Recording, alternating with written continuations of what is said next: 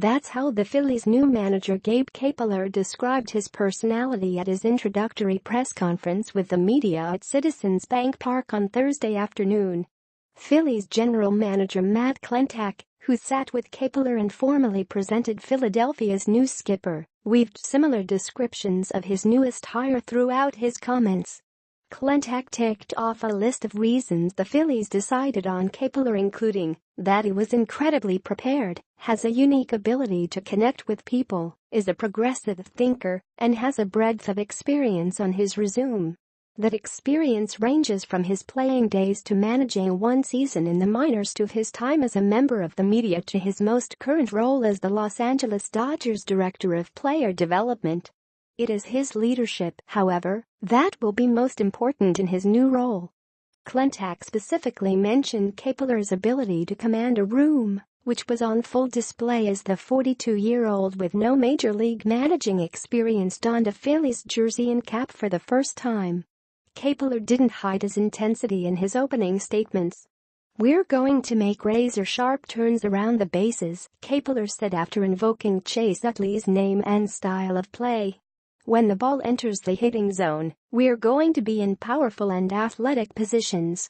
Before the game begins, we're going to prepare so that we thought out everything and make strong decisions.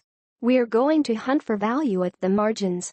We're not going to leave any stone unturned to find our competitive advantages." Kapler ended his opening remarks by saying he was going to bring the World Series trophy back to Phillies principal owner John Middleton, using a PG-13 version of an expletive to describe the hardware. "He has that presence," Klentak said. "He has opinions.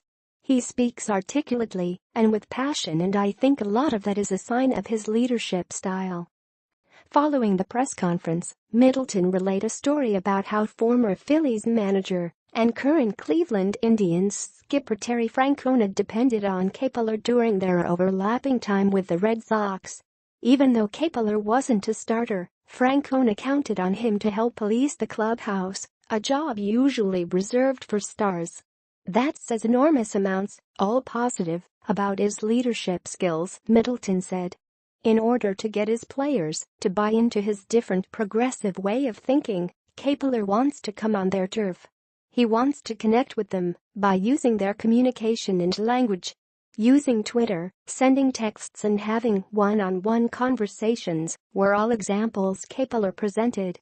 "Once we have their ear and their attention, and they're caring about us, and we're caring about them, that's when we can sharpen," Kapler said. "That's when we can turn the dial up. That's when we can ask for more intensity." Kapler doesn't have one specific strategic philosophy, and never will, he said. Instead, he intends to take all the information he has and meld it with the opinions of the rest of the coaching staff for each decision. The search process that ultimately led the Phillies to Kapler began the first week after the season as the Phillies collected names and background information used to narrow down the pool of candidates.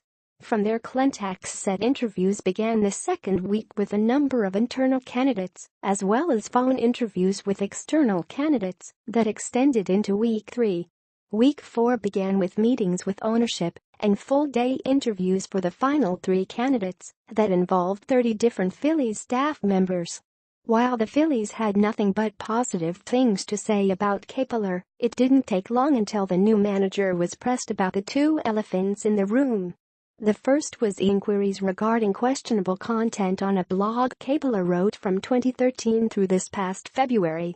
Kapler said his main audience was players coming up in the Dodgers organization, and he offered tips on building a strong unit on the field and strong players off the field.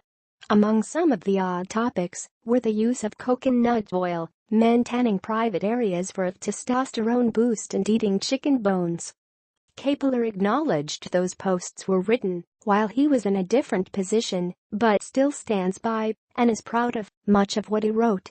Klentak said the Phillies went through the posts thoroughly, and while he realizes some of this is unique, especially for a major league manager, they're embracing his progressive approach.